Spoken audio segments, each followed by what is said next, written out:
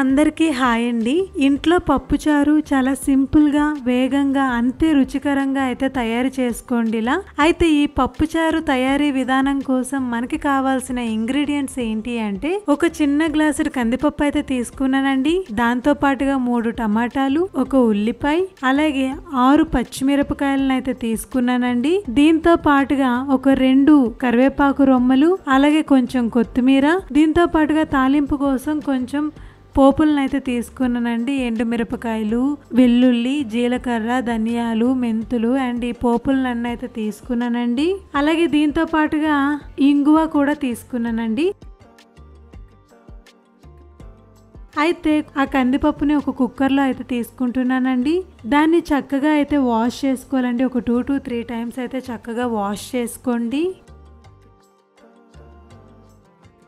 Wash చేసుకున్న పప్పులోకి మనం ఏవైతే 3 టమాటాలు తీసుకున్నామో దాన్ని కూడా కట్ చేసుకొని అయితే పప్పులోకి అయితే తీసుకోండి.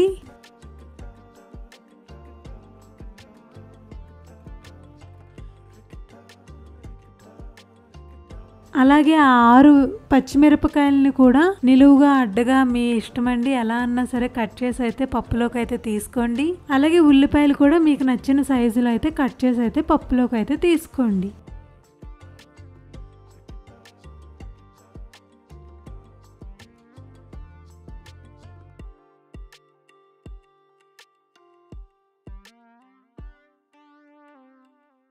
దీంతో పాటుగా ఒక 3 నుంచి 4 వెల్లుల్లిపాయలను అయితే వేసుకోవాలండి. అలాగే హాఫ్ బాటిల్ వాటర్, అంటే మనం ఇప్పుడు ఏవైతే తీసుకున్నామో అవి డిప్ అయ్యేలాగా కొంచెం వాటర్ అయితే తీసుకోండి. అలాగే కొంచెం పసుపు, దానికి సరిపడా ఉప్పు తీసుకొని బాగా కలిపి అయితే కుక్కర్ని అయితే మూత పెట్టి అయితే కాసేపు అయితే మీరు ఉంచాల్సి ఉంటుంది.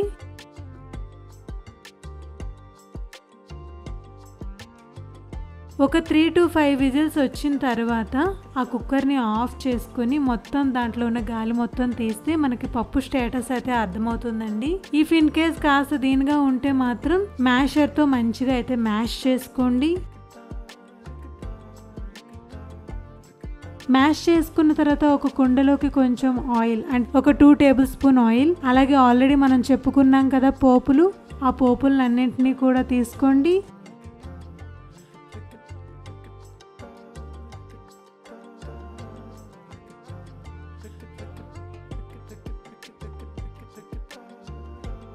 దీంతో పాటుగా కొంచెం కరివేపాకు కూడా తీసుకొని బాగా ఫ్రై చేసుకోండి. అలాగే ఇంగువ కూడా కొంచెం యాడ్ చేసుకోండి. ఒక చిటికెడు చాలండి. బాగా తాలింపు వేగిన తర్వాత ఆ మ్యాష్ చేసిన పప్పునైతే తీసుకొచ్చి ఈ తాలింపులో అయితే వేసుకోండి.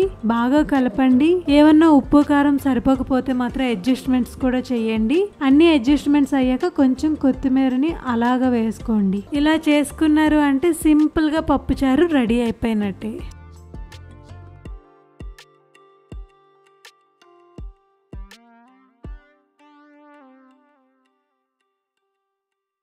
చాలా బాగుందండి. మేమైతే ఆల్రెడీ దీన్ని బాగా ఎంజాయ్ చేస్తూ అయితే తిన్నాము. మీరు కూడా ఒకసారి మీ ఇంట్లో ట్రై చేయండి.